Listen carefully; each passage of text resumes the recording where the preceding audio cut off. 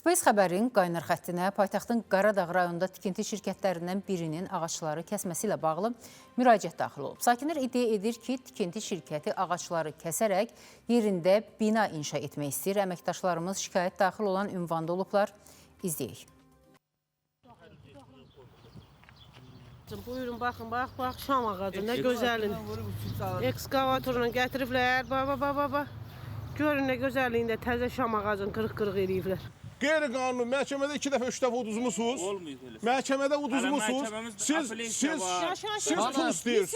İri gövdəli sağlam ağaclar köşündən çıxarılaraq doğranıb. Görüntülər Qaradağ rayonu Lökbatan qəsəbəsi 28 may Nəriman Nərimanov və Dadaş Bunyadazək küçələrinin kəsişməsindəndir. Şikayətçilər iddia edirlər ki, buradakı ağacların kəsilmə təhlükəsi ilə bir müddət öncə Ekologiya və Təbii Sərvətlər Nazirliyinin etdikləri müraciət əsasında buradakı ağacların hər biri qeydiyyata alınıb. Lakin sonradan tikinti şirkəti burada bina tikmək məqsədi ilə həmən sağlam ağacların bəzilərin, yəni qeydiyyata alınmış ağacların bəziləri köşündən çıxarıb, bəzilərini isə kəsərək məhv edib.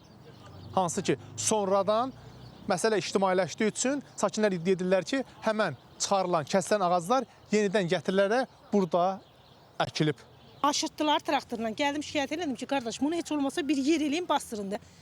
Öz başına çıxdılar, getdilər. Ağaçlar kəsilib, arkada da kadrlar da var. Belədir, düz desinlər, vicdanla deyil. Yox, sən 2 ay deyə buranı almışsın. Gəlin bir dənə budağına baxın. Şikayətçilər iddia edir ki, ərazidə bina tikintisi məqsədi ilə yaşıllıq məhv edilib. Sakinlərin narazılığından sonra qanunsuz çıxarılmış ağaclar yenidən bastırılıb. Qeydiyyata alınmış ağaçları gətirib töydülər bura, gördülər çəkiliş eləyirəm. Getdilər, bunları tez bastırdılar bura. Bir-iki də göyə yaşıllaşdırma. Mütəxəssisləri deyirlər bunların deməyinə. Mütəxəssislər abadlaşdırır. Filan binanın həyətində də var, burada da elədikləri də var. Onlar səhv məlumat verirlər sizə. Yeni ağaçları incənə getdilər, özləri tez əkdilər. Sizi də görən kimi qaçdılar, getdilər. 2 ildir sən bura gəldin. Əgər burada 5 il döysə, nə deyirsiniz deyil. Şirkət isə sakinlərin bu iddiasını əsassız sayır. MTK əməkdaşının sözlərinə görə bina tikintisi məqsədi ilə şirkətə ayrılmış torpaq sahəsində yaşıllığın köçürülməsi üçün bütün aidiyyəti qurumların icazəsi alınıb. Ekologiya və Təbii Sərvətlər Nazirliyindən verilən rəy əsasında ərazidə 14 ağacın köçürülməsi həyata keçirilib. 10 dənə söyüd ağacıdır, 3 dənə də zeytun ağacıdır. Söyüd deyil axı. Söyüddür, bunlar söyüddür. Söyüddür, bax söyüd ağaclardır. Yəni orada heç bir ağac kəsilməyib. Xeyr, bir dənə də ağac kəsilməyib. Bir dənə də ağac kəsilməyib.